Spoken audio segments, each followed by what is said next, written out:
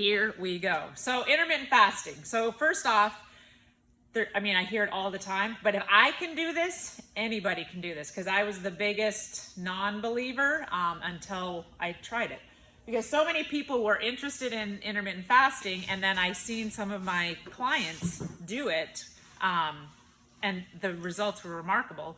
So then that made me sort of go, okay, I want to just sort of see. So if I'm going to talk to my clients about it, yay, nay, give them the information at least, I wanted to make sure that I tried it. So then I tried it, and it was fantastic. It makes you feel so good. So I was the biggest disbeliever, because then I keep hearing that in the gym. So that's why I want to talk about it. They're like, oh, I could never do that because I have to eat before I work out, or I'll get low blood sugar and all of that.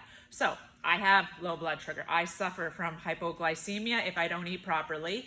And I've eaten before I work out most of my life. Well, in my life of working out. And so I thought that was impossible. And now I never work out before I eat, and I absolutely love how I feel when I'm working out and after I work out. I never get that nausea feeling, never get hypoglycemic, never get low blood sugars, ever. I've learned even before I did intermittent fasting. So if you have hypoglycemia or run low, as you keep saying, I did that as well. It all has to do with how you eat. I, knock on wood, hardly ever have hypoglycemia or low blood sugar when I eat healthy. So it's the high insulin levels and the high blood sugar levels that go up and come down that cause you to be low. It's not because you have this genetic disposition of being low. It just means you're not eating properly. So I used to get it all the time, and I don't get it at all, literally, anymore. The last time I had an episode of hypoglycemia was when I ate licorice at a movie. And so I hadn't had licorice. I was eating pretty healthy by that point, but I was like, I'm just gonna have licorice while I watch the movie. And one bag of licorice, and I could, by the time I was driving home, we had to stop on the way home because I was bottoming out, sweating, pale, felt like I was gonna pass out, had to have a candy bar to get my blood sugars back up again. And I never have had licorice since. And I've never had an episode since. And that's probably been 4 years ago. So anyways, don't think, oh, I can't do this because I have low blood sugar. That is just not true, okay? So if I can do it, anybody can do it. So what is intermittent fasting? So really, intermittent fasting is switching your body from carb burning to fat burning. And you are going to spend more of your day not eating than eating. So the whole idea of intermittent fasting, it's not like somebody came up with this and went, well, let's just try this. This might work. This was how we used to eat.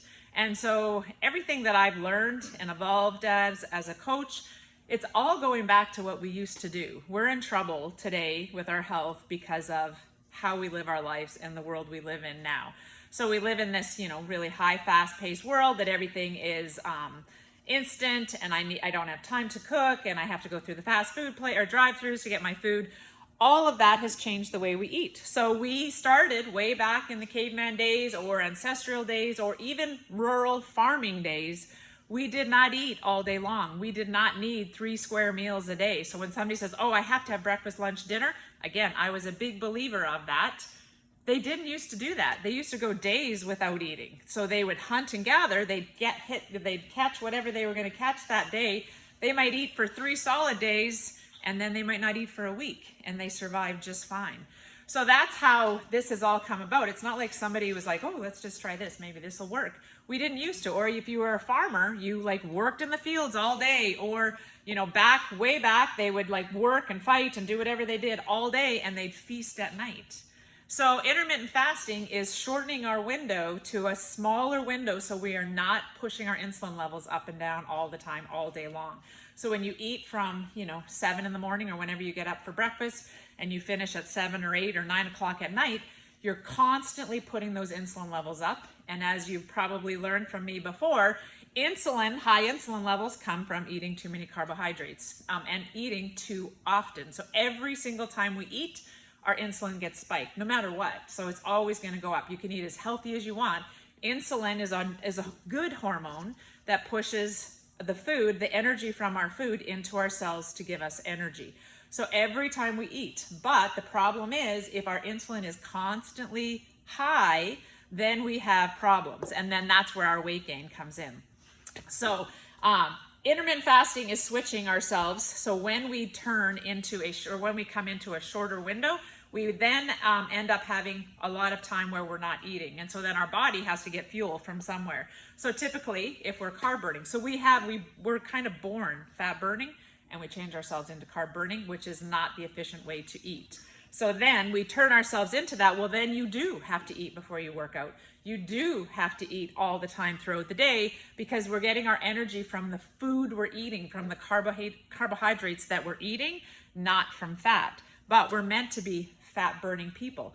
But if we keep eating all day long, our body never has the ability to go get the fat. So the first thing that happens when we put food in our stomach is whatever our body was doing before, which is hopefully repairing and restoring and revitalizing, giving us energy, it has to stop what we're doing and it has to go digest the food, because the food can't sit there. So it's the number one priority for our body is if you put food in your gut, it has to go and do something with it. So it has to stop what it's doing and it has to go get that food. So then you need carbohydrates if you're going to be reliant on that, because as soon as the food's gone and the energy's gone, our body can only store so much carbohydrates in its cells and stuff like that, in the muscle and cells. So then it has to go ask for more food. And then that's why you're hungry and you eat more, and then you get hungry again and you eat more. If you've been doing intermittent fasting, those of you that have done it, you realize you just really don't get that hungry anymore, because your body always has some fuel. So then people again that tell me I have to eat before I work out. You don't, because you have fat. We all have fat, no matter how lean you are. Can I ask a question? Me too. Like right at this point in time? Okay. Well, just because my big problem would be I have to take a ton of supplements at night and in the morning. How do you do that without any food? I do it every day. Well, they say you don't absorb it, then you're just gonna. Why you're not going to absorb it? It doesn't go in your food. You have to eat with fat. But you don't have to eat with fat. You have to eat with black pepper. Oh, well. And you can take it while you have your food if you want. It doesn't matter, but I take all my supplements. Like really close together, my two things. That's what I mean. You don't have to take it. You can or not, but you can't. I've always read a lot of the things I take that you shouldn't take them. Like if you take things that bother your stomach, you'd have to do that. But yeah. I take a handful of supplements every morning and it doesn't bother me. If it bothers you, then you can still 8-hour window is fine to take your supplements. Start taking them at noon and finish taking them at 8 o'clock at night. But it does not bother my stomach. But if it does, or if you're on antibiotics, or if you're on something that says take with food, then you're going to have to switch that to take with food if you're going to intermittent fast. Just so we're clear, I'm not telling anybody to intermittent fast. I'm just giving you the facts of it, and then you guys can make your own decision. I just keep thinking about reasons why I don't do that already. But anyway. So those supplements will not interfere. So like say I take all my handful of stuff at 8 o'clock and I don't start eating till noon. That won't interfere with It depends what your supplements are. If you're taking like protein shake, yes. So if it's nutritional, like if there's nutritional value to what you're taking, then you shouldn't take it. Because then as soon as there's nutrients in your stomach, your body has to start digesting that. But if there's just pills, like if they're just supplements, so I take the things I don't take right now that I would have taken in the morning and I wait till my window opens. I don't take beets anymore because they have a bit of sugar just because they're beets, right? So I take those after, and I take powdered grains and I take powdered fruit and fermented grains every day. And so I take all of those after my window opens, which is fine. But I take multivitamins, I take, my fish oil, I take turmeric, I take all the other vitamin D, magnesium, DHA, all of those I just throw them in my mouth. Now, there's some people that it has bothered their stomach, and so then they just wait until their window opens and then they take them then. But it will not break your fast if that's what, other than those things that I talked to you about. So like if you do protein after a workout, that is a bit of a problem. So I always work out later in the day, so I'm not working out till 10:30 or 11. Well, then my window opens. By the time I'm done working out, I'm almost ready to eat. So then I'll take protein. But you could not do that in your window. You'd have to forfeit that and take it later on if you wanted to do that. Okay? All right, so continuing on. So then fat burning. So then I just want to dispel that myth so that in the beginning, you're going to get hungry because your body's not used to it. But once it's fat burning, you have a source of fuel all day long. We all have, doesn't matter how lean we are, we all have fat. So when our body stores excess anything, so excess protein, excess carbohydrates, excess fat, it can only store so much. And then once all of our storage facilities are stored up in our body, everything turns to fat. So then that's where we want to go back and get that stuff and get it out. So then that's where the fat loss comes in, the fat loss, not the weight loss, but the fat loss, because your body is going to go pull from your stores of body fat that we all have. And so there's an endless supply of energy. You never feel that fatigue or that hunger or that, oh my God, I got to get something to eat, because you might feel hungry, but it's a completely different hungry feeling. It's not like, oh my God, if I don't eat right now, I'm going to feel like I'm going to pass out, or you get that hangry feeling. You just don't get that. You might get hungry. And probably, if I had to say one of the best things that intermittent fasting has done for me is release me of that feeling of worrying about being hungry. I used to, my whole life, I've revolved around eat breakfast, snack, lunch, snack, dinner, snack. And if I go anywhere, I would take a snack with me just in case. Because I was always like, if I get hungry, I'll choose something bad. So I'd always have snacks with me. I couldn't go to the store without taking a protein bar with me, just in case. But now it doesn't bother me at all, because you just realize you lose that fear of being hungry, because nothing bad happens. So then you can allow yourself to be hungry for a while and know your window's like 2 hours away, but nothing bad is going to happen other than you might be hungry. That's it. So hungry is not a terrible feeling. And when you know you're not like low blood sugar and you're going to pass out or whatever's going to happen to you, and you know you're just hungry, you're just like, all right, well then I just move on my day. And the window just allows me, I think a lot of people and the clients that I work with right now with it, it's just like, if you can't, you don't have to manage like how many calories and how many macros and how many this and this and this. There's your window. And it's just so easy for people to follow, instead of like trying to add up everything and put it in MyFitnessPal and what am I eating exactly. Eat 2 meals a day inside your window and all of it goes away, as long as we eat healthy. And we're gonna get to that. Okay, let's go. Okay, so the people, this just talks about the people that are, and I was one of those, and people that eat, rely on carbs, tend to be hungry more often, tend to be hangry. So we've all been there, right? Where you're just like, oh my God, if I don't get some food, I'm gonna punch somebody in the face. Dips in energy, so that was me. But then the big thing is struggles with weight loss. So when our insulin levels are always being spiked and our insulins are always high, then it is almost impossible for us to lose weight, and instead we start to gain weight. So insulin is the driving hormone in our body that helps regulate all the other hormones that help with weight loss and health and all of that kind of stuff. So when our insulin levels rise, it gives our bodies the signal that we're hungry, and we're not really hungry, but that our bodies think that. So it starts to change all of our hormones. So when you hear it regulates hormones, that's what it does. The insulin comes down, it's the driver of all the other hormones. So ghrelin is your hunger hormone, and it is out of whack when we are carb burning. And then leptin is your satiating hormone, which makes us feel full. It is out of whack when our insulin levels are high. So the insulin drives all of those. So then we tend to feel hungry when we're not hungry. We don't tend to feel full when we are full. And so when you start to intermittent fast and you rely again on fat burning and you don't eat as often, your insulin levels come down. So when they come down, all the other hormones regulate themselves. And then you actually just start to feel hungry normally, and you still feel full normally. And then the weight loss starts to happen. So once those insulin levels come down and those other hormones start to level themselves off, you are able to then start losing weight. So people, and I'm going to get to a statistic here, which is really sad, and it is all females here, so it's applicable, that rely on carbs tend to be those, and again, me, that struggle with weight loss, or the yo-yo, you lose the weight and then it comes right back again, because the hormones are just not doing what they're supposed to do. Okay, next. Okay, here's a sad but true statistic. 2/3 of women, 40 to 50, so that's most of us, are overweight, and more than half are obese in our country.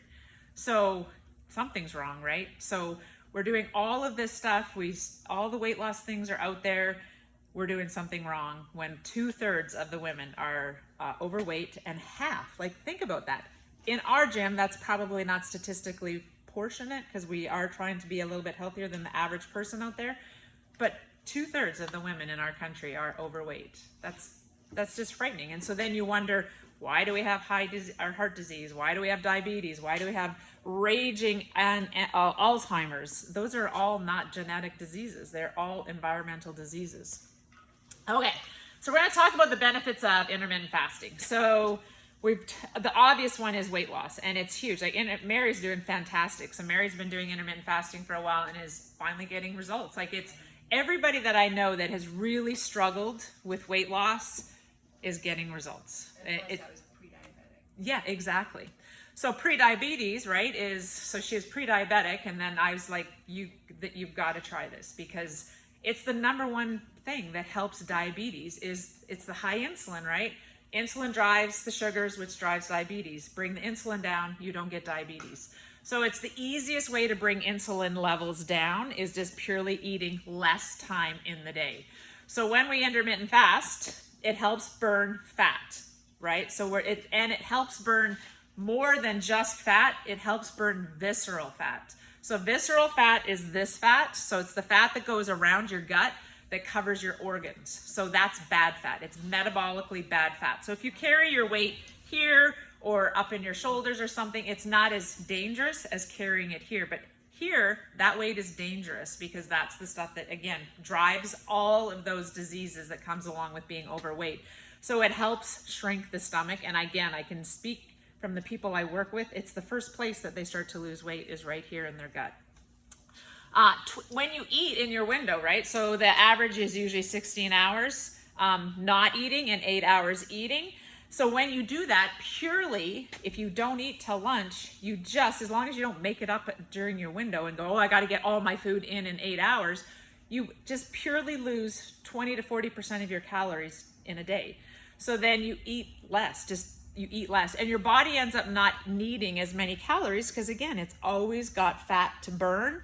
So it doesn't need as many calories. So some people think, well, then I got to get like 3 meals in 8 hours. How do you do that? You don't have to do that. You just eat less. So you take away 20 to 40%.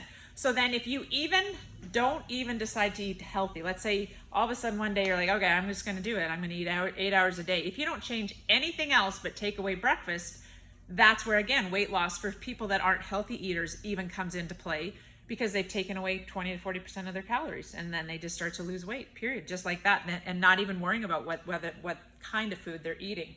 So as long as you skip breakfast and the snack that follows it and you start eating in your window, you've lost those calories. Improves mental clarity. This is like one of the top things on the list, which again, when I started deciding, am I gonna do this and try this or not, I wasn't necessarily looking for weight loss, but I was looking for what are the benefits? Why would I do this other than weight loss? And mental clarity is on the top because again, if you're carb burning, your brain needs fat for fuel.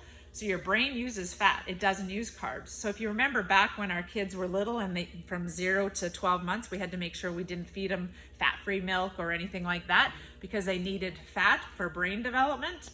Well, then why did we take it away after that? Like it doesn't make any sense, but we did. So our body needs fat as fuel. Our brain needs fat for fuel.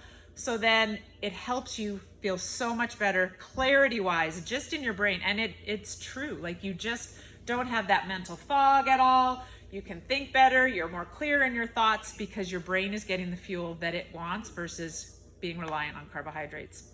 So when you think about Alzheimer's and dementia and all the things that are out there, those are not out there because we've just become genetically flawed. And I've said that before, it's environmental.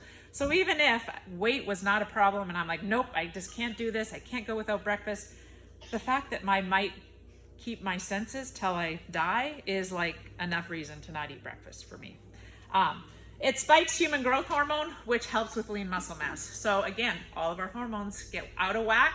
So when our human growth hormone does not work properly, women especially lose muscle mass dramatically. So we do, and then that's what we do in here to try to help.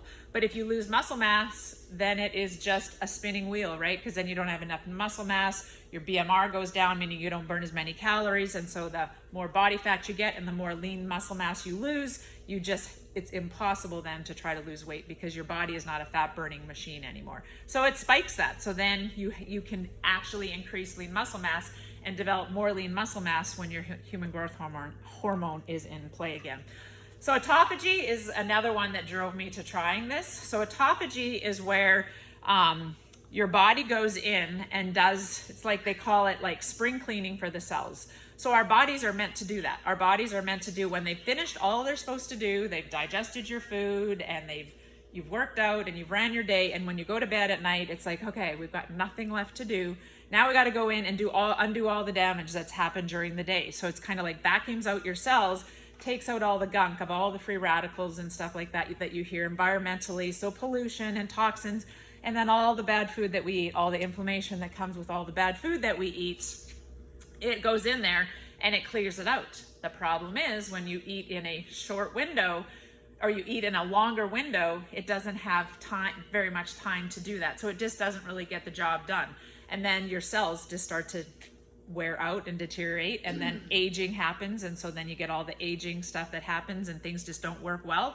Well, in autophagy, what happens is you have lots of time. Your body is spending more than 16 hours, because then you're hopefully going to eat it within 2 meals in your window. So then you've got even more than 16 hours of your day that your body is like, hey, we got nothing left to do here but clean out some cells. So then it honestly has an anti-aging property. So then it gets rid of the gunk in your cells.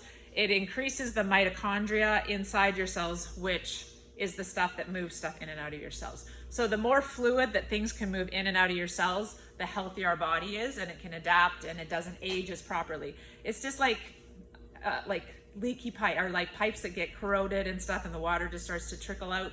That's what happens in our cells. So then the pipes get old and worn out and we have to replace. That's what happens in our cells if our bodies aren't allowed to go in there and fine tune and clean things out. So autophagy was another thing. So when it just talks about that it helps reverse aging and it helps you not age as quickly, I'm like, all right, I'm all for that as well. Decreases insulin levels, we talked about, obviously decreases blood pressure, and it improves your cholesterol profile. So people keep telling me, well, because you can eat a higher fat diet when you're doing intermittent fasting. And they're like, well, of course, everybody believes fat causes cholesterol problems and blood pressure problems, which it does not. But intermittent fasting, again, it decreases your blood pressure and it decreases or improves your cholesterol numbers, just purely because, again, you're using fat as fuel. So you're taking away all that fat that's in your body and you're just using it for energy versus stored fat. And then reduces the risk for developing cancers, which I've got a couple clients that are trying to make sure that they do that to help themselves, and Alzheimer's. So they've seen great results with people with Alzheimer's and reducing that risk of developing Alzheimer's. So again, that to me, if it protects our brains, fasting protects our brains, then it's worth skipping breakfast for, in my mind. Okay, how do I get there? So then tomorrow, what I don't want you to do is all of a sudden go, okay, this is it. This is the day, 8 hours, I'm doing it. And then you're starving. So you want to get there slowly. You want your body to adapt. As long as your body adapts, you'll be fine. If you all of a sudden tomorrow go, I'm not eating till noon, that's it, but you've always eaten at 7 o'clock, you can put your body into a bit of shock. So if your body's in shock and going, what the heck is happening? The cortisol levels will rise, and cortisol levels rising and then dropping is healthy, and it's a good thing. Constant high cortisol levels means your body's in a fight or flight situation all the time, and so then you can't lose weight. So if people have high cortisol levels, they can't lose weight. So we don't want that to happen when we go into a window. So if you are deciding that this is something you might want to do, then go about it really slowly. So that's what I did. So I would have typically eaten probably even more than 12 hours a day, but I started at 12 hours. So I started at 12 hours and then did that for a couple of days and then just switched it and then went to 11 hours and then 10 hours and then 9 and then 8 and got to my 8-hour window, but went about it really slowly so that my body adapted. Did I get a bit hungry? Yes. Did I think it was hard? Sometimes. But then as long as I let my body kind of settle in, I didn't really get that hungry, and then all of a sudden you're in your window. Sometimes I get hungry, but again, it doesn't matter. Like, you don't be like, oh my God, I'm starving, I got to go for lunch right now, or you're like, oh, well, I'm hungry. But if you go about it slowly, you're really not going to get that hungry. Your body's not going to go into that, fight or flight or that stress place. And you'll just all of a sudden be in your window. But go about it really slowly, and then you should be able to get there. And then decide what your window is going to be. If, again, this is something you're interested in, There's no real hard and fast rules as to when it is, but you need to be realistic. So in the beginning, again, if you decide tomorrow I'm doing this, and you need to start flipping your body from carb burning to fat burning, that doesn't just happen overnight. So part of intermittent fasting is the flexibility of it all, and they call it metabolic flexibility, because your body can kind of bounce all over the place, fat, carbs, and burn it all very efficiently. But before that happens, you got to do some work. So if you're gonna try intermittent fasting, you have to slowly get your window, and then once you're in your window, you have to spend a good month there, like being pretty strict with your window. Like, this is my window, 10 to 8. Be strict there so that your body figures it out. This is what we're doing. If you kind of bounce all over the place, your body's not really understanding what's happening, and it won't make the switch. But once it starts to make the switch, it's pretty apparent. You start to just not feel hungry. You start to get all the benefits. You have tons of energy. Your workouts are great. All of those things just start to happen, and you just know, you can just tell that you're sort of there.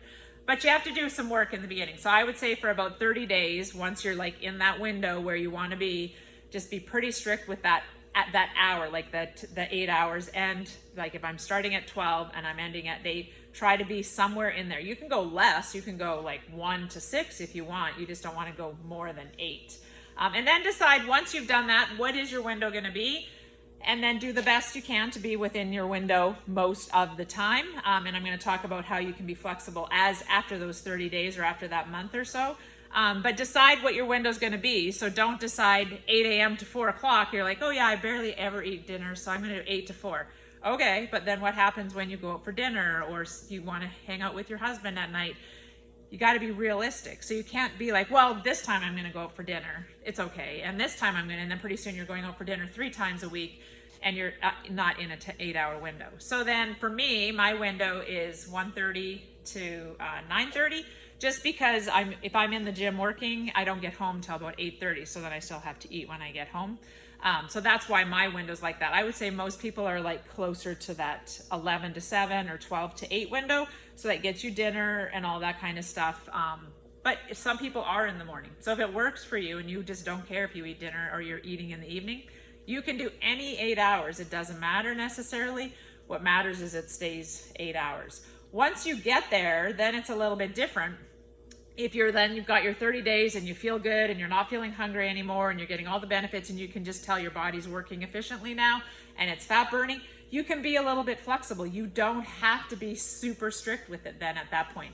The stricter you are, the better you are, but there's that flexibility. So let's just say you're like, okay, I do want to go with my husband, but our reservation isn't till 8, or we have a dinner plans and it's not till 8, but my window closes at 8. Now what do I do? Then eat. You can eat, because now your body is like, it's doing its thing.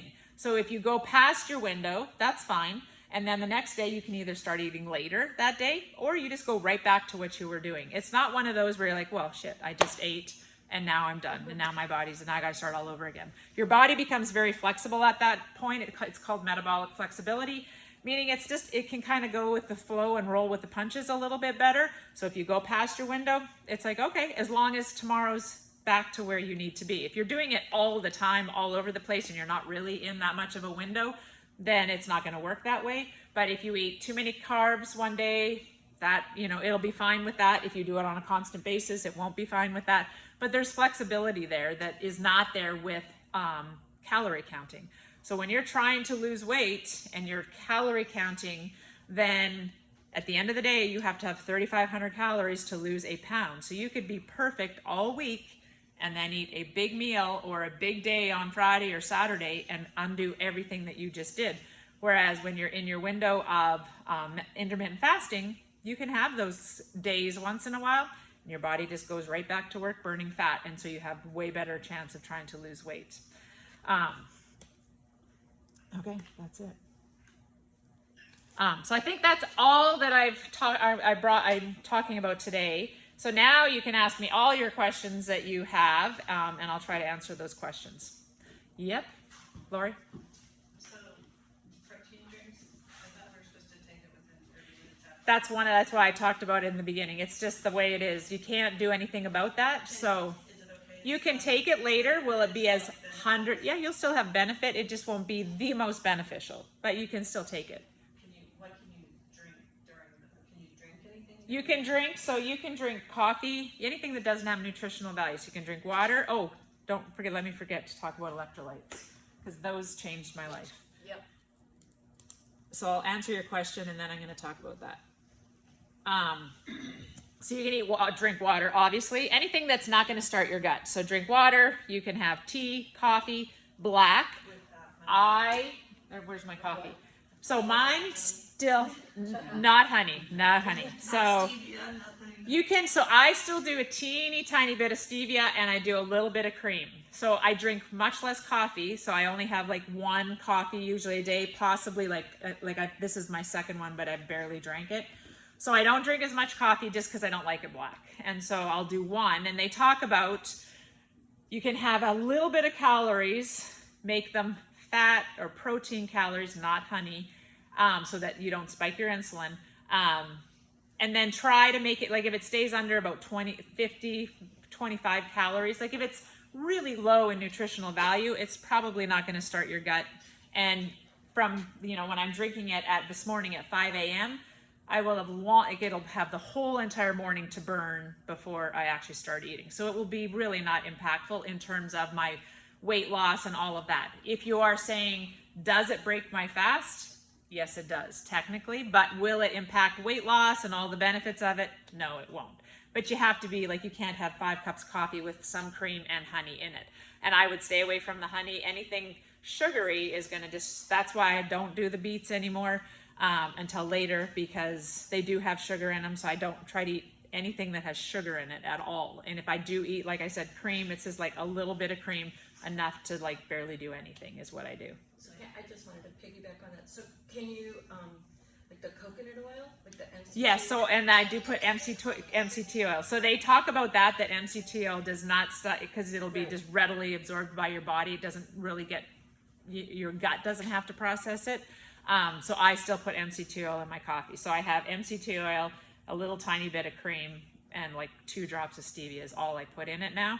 But the MCT I put in there every day, yes. And because it helps put you into fat burning as well. It pushes you into fat burning. A little bit of coconut oil. It's the same as MCT oil. Yeah, okay. Yeah, Is it's that the just a same. flavoring thing? I don't know what that is. Yeah. Because I don't drink coffee. So That's what I do. MCT oil. MCT oil, no, MCT oil is it's medium chain triglycerides. So it's like coconut oil, the benefits of those. Very, very healthy, great for brain. I started MCT oil way before intermittent fasting. It helps put you into fat burning, but then it's fantastic for your brain because your brain loves And fat. that adds the flavor for me. I gotta have a little flavor so that. It doesn't add, it's just oil. So mine, I don't have any flavor to Powder it. makes Coconut oil. Oh, does. coconut oil So will, yeah. do a little coconut oil, a splash in that pod, and Just then because I don't drink coffee, would I You put can it just, somewhere else you can, and drink it or something? some people just chug some MCT oil if you want it. Where do So you you- get that? You can get it anywhere. I get mine from Mercola because I get most of my supplements from them. So you need a good, healthy MCT oil. The one I know that's really good. Coconut oil is great. It's the same thing. They're 2 of the same thing. So you can just go to the store and get organic coconut oil. And get, I can't remember honestly because I don't use a lot of, there's refined and unrefined. I think unrefined, is that the one you need? So you can do that. You can, I get MCT oil from Mercola and I just put in my coffee every day. So could you still do unsweetened collagen? Yeah, collagen would be fine as long as it's unsweetened because there's no nutritional value to collagen. And then a quick thing on collagen. If you do collagen, the one thing with intermittent fasting that's hard to maintain your protein levels, it doesn't matter that you eat carbs anymore because you don't need them for fuel. You need vegetables. Oh, and we didn't talk about that you should still be eating healthy. So you should still be eating your vegetables and your fruit, right? You need your produce, you need all the vitamins and minerals and the fiber that all of that brings. And then they'll bring in some carbohydrates. You need no other carbohydrates if you don't want it. You can have it. I'm not saying you can't have it. You just don't need it anymore. You need higher fat to help keep you full, and your body likes to burn fat now. But you do need protein. You still need the same amounts of protein to make your body work. So that's a bit trickier. So then the reason I brought that up is collagen does not add into your proteins for the day. So you don't get to add 10 or 20 grams of protein when you drink collagen. It's got 0 nutritional value. So it doesn't add up to your protein. I know. It's not the same protein. It's collagen. So it's good for you. I take it, but it has nothing to do with ingesting protein. So it'll show 10 or whatever it is, but Nutritional value is 0. Is that the vital protein? Yeah, That's what I yeah. say, vital. So you should take it. Just don't say, oh, well, I got, don't add it to your protein total if you're still trying to add that up. Yeah. Yes. Do your probiotics and those kind of gut healthy supplements need to be taken within that window? I don't think so. I don't honestly know the answer to that, but I think they would not start your gut. Because you were like, don't start your gut type thing. Yeah, so that one you might have. I don't honestly know that. I take my probiotics with my protein, and so I haven't had to look at that because I don't do it. Nope, you cannot drink those in the morning. I mean, you could, but they've got quite a bit of stevia. I do not drink these until after my window. Bulletproof, bulletproof coffee. Yeah, but I think it has protein in it. I don't know. Oh, It just it does. depends what's in it. So if it has protein, you can't do it. Yeah. You just can't put anything nutritional. If there's calories and nutritional value to it, Okay. you shouldn't do it. Okay, so like the beans, we shouldn't do. These ones, I think. Oh, these are electrolytes. This is different. So the electrolytes that I said I was going to talk about. So we do sell these. So people that are on there, we sell these. So there's electrolytes in these packets. So these packets don't have, and there's no, like, there's 25 calories or something like that. So it's kind of like, I don't even know where it is. But there's no calories in this. So it's kind of like what I talked about. So you could have this. There's not really much in it. There's some natural flavors that, but there's no nutritional value. So you could probably drink this. Is it technically breaking your fast? Yes. But is it going to impact you? Probably not. So these have electrolytes in them. So I do use these sometimes, but then I also use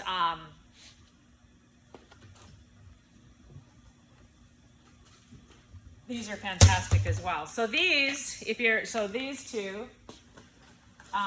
This one is like a pre-workout. So then it has some stuff. So if you're going to work out, it has some stuff in it.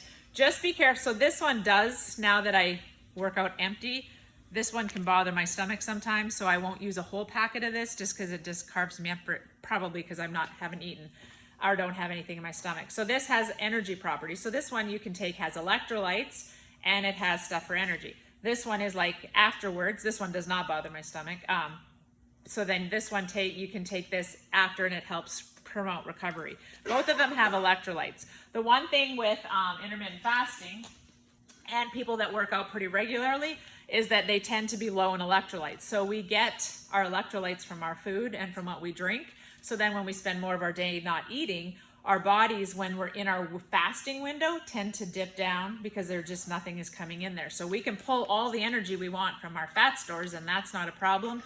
But we have to get our electrolytes from what we eat.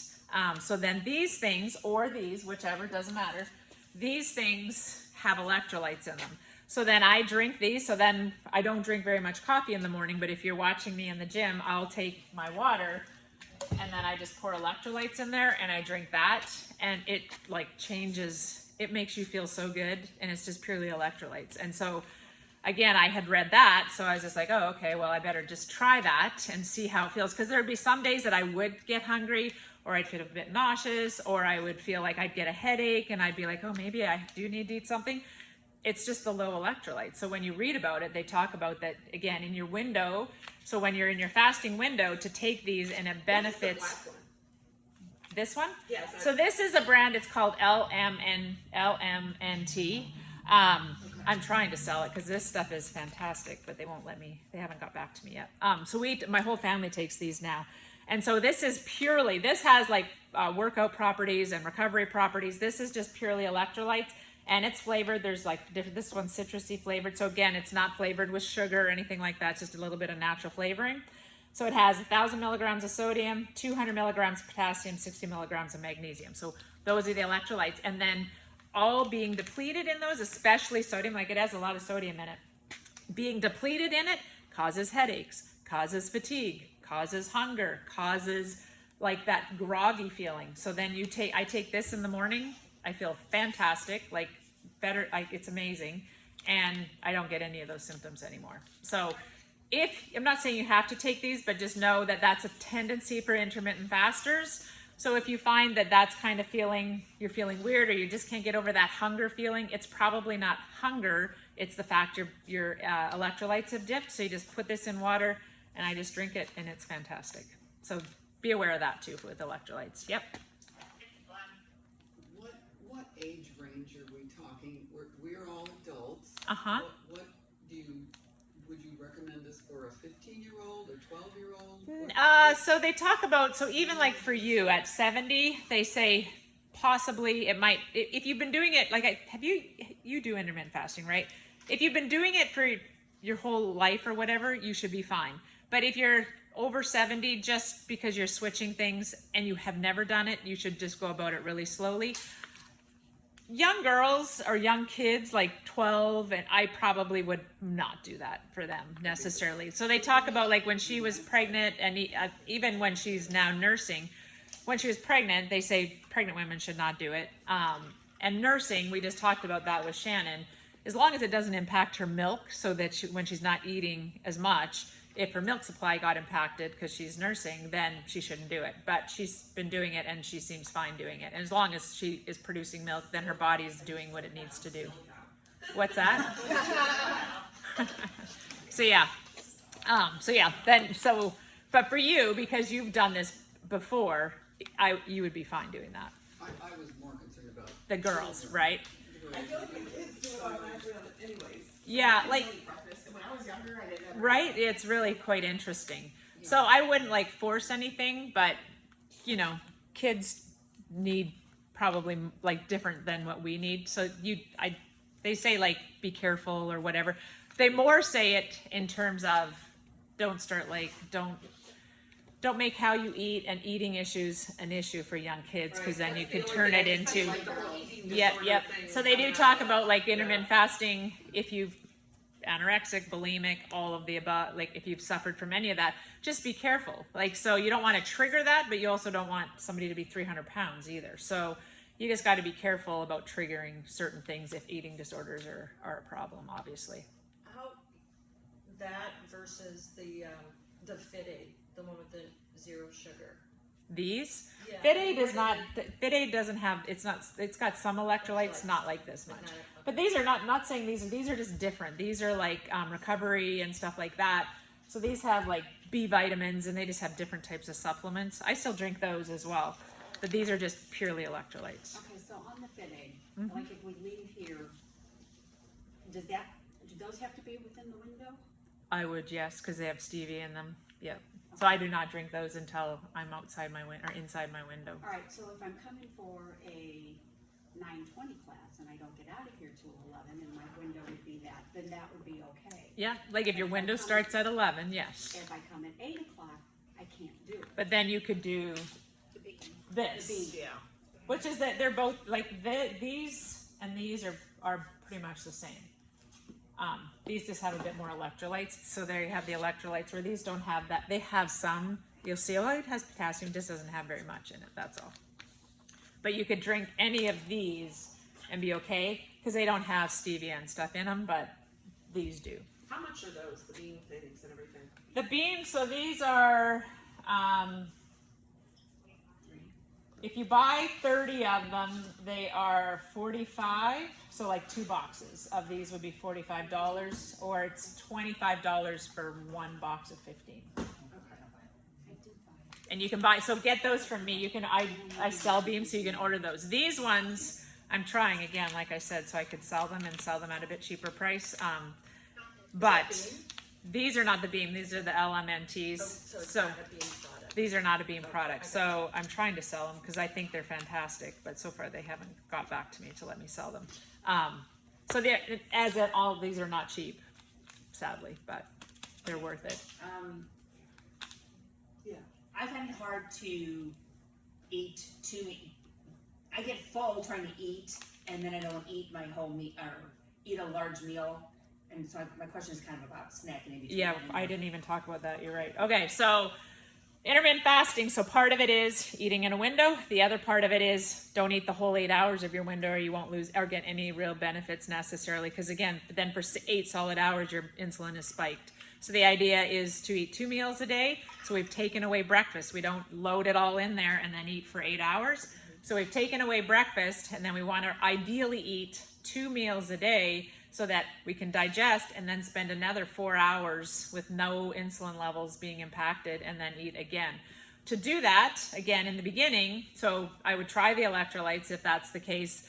You shouldn't be hungry. You really shouldn't, because your body should be burning fat. So I, again, was a big snacker. So the fact that I don't snack as much is, again, if I can do it, anybody can do it, because I always snacked. I was more of a grazer than an eater. I'd rather just eat little bits all day than sit down and eat lunch.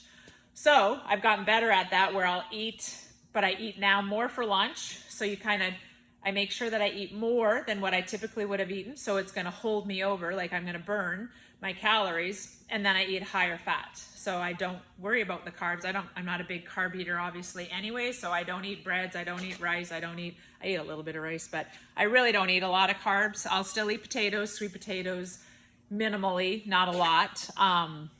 But I eat higher fat so that fat helps satiate you. So fat is your slowest burner, and then protein is your second slowest. So I just make sure lots of protein, lots of fat in what I eat, and then tons of vegetables still. So eating clean, so those 2 meals a day should still be no different than what I talked about, or I've always talked about. Still good protein sources, the best protein sources that you can eat for what you can afford. So they talk about that a lot with intermittent fasting, is protein quality. So whatever it is your budget can afford, the higher quality, the better quality of protein, the better chances your body will burn that properly and be healthier. Our protein, sadly, in the stores is terrible quality. So organic matters, free range matters, grass-fed matters, wild caught for fish matters, free range for eggs matters. So if you can't afford it, then obviously you do the best you can do. But whatever your budget allows you, spend your money there before even organic vegetables. So we buy all that, but if you have to go, okay, I can only afford what I can afford, put it in your meat if you can, because it really is impactful in terms of, if you eat shitty quality meat, you're going to get shitty quality protein, which is going to give you shitty quality protein in your body. So but again, you got to do what you can afford. So they do talk about that. But so then eating protein and eating fat 2 meals a day. So trying to increase those meals. And if you have to have a snack in there, I mean, that's not the end of the world, but it just means your insulin's going to go back up again. So if you have to have a snack there, so sometimes I do have to have a snack, but then I make it higher fat. So then it'll be nuts, or it'll be peanut butter, or it'll be guacamole, or something like that, that's higher fat, that won't shoot my insulin way up. So I try to have something that's got a lower glycemic load so that my insulin doesn't go up, and it also keeps me full. So if I have, like, a bag of chips or a few chips or whatever that is, or popcorn or whatever you want to do for snacks, or even some carrots, like, eating carrots is not going to hold you over.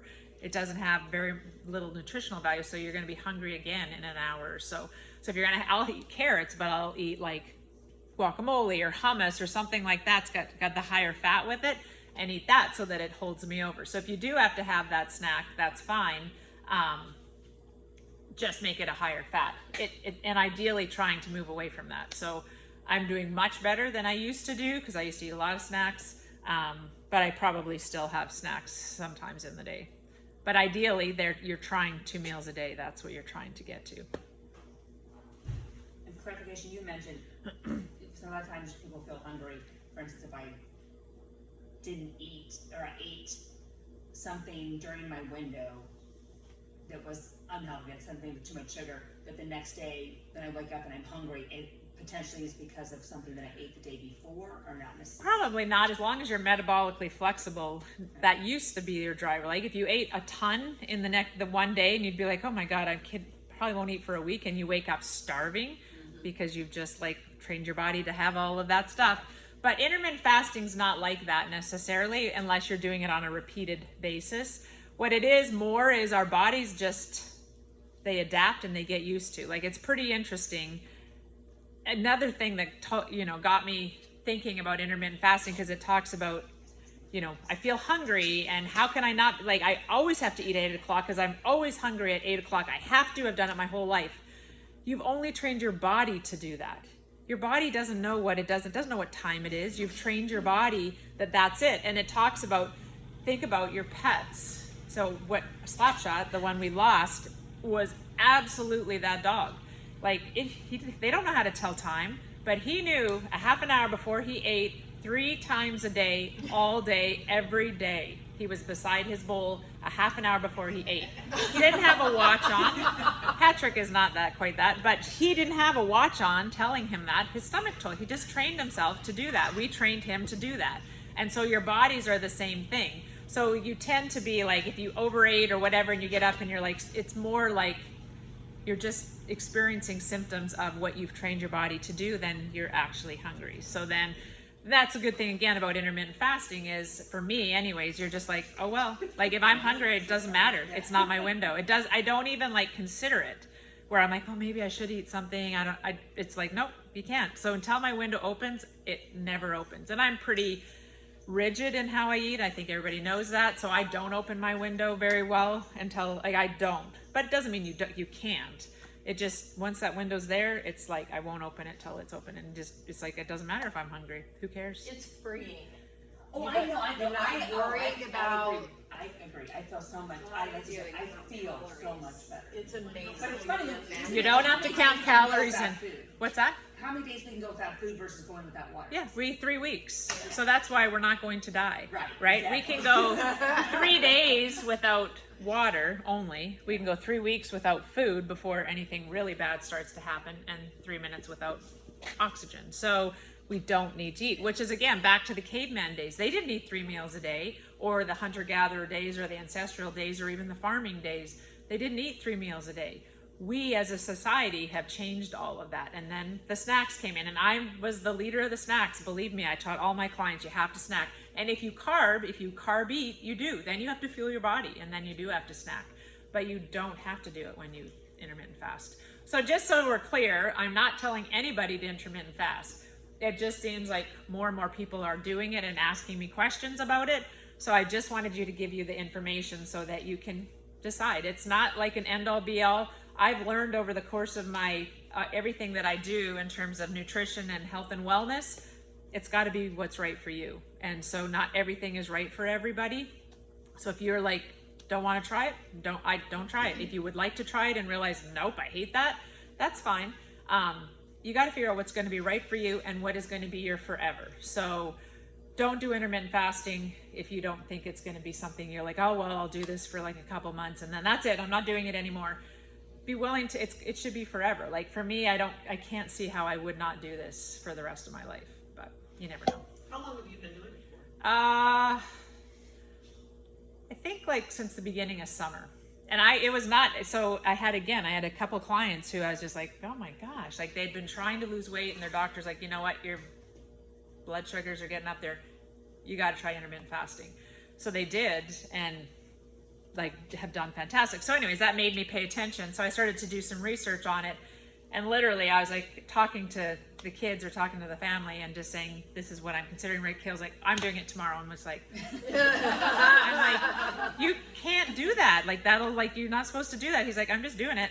And he just did it and loved it. And he did it. Then Abby did it. And then Cassie did it. And Cassie's had fantastic results. So she's been doing it with great results. So then I was one of the last ones. I'm like, I can't do this. There's no way. And then I'm just like, well, I'm going to just at least try it. So that I have the information to give to people and go, it was terrible. I hated it. And then I found out I absolutely loved it. So I was the last one, even Ray to do it. The only one that we can't convince to take food out of their mouth is Max. Yeah. So he's like, no, I'm not doing that. Really hard in college. Yeah. So he's not doing it, but Ray does it. I'm not sure how well he's doing it now that they're back at work. It's trickier, but anyways. Yeah. Yeah. All right. Okay. Good. I'm glad. All right. Bye.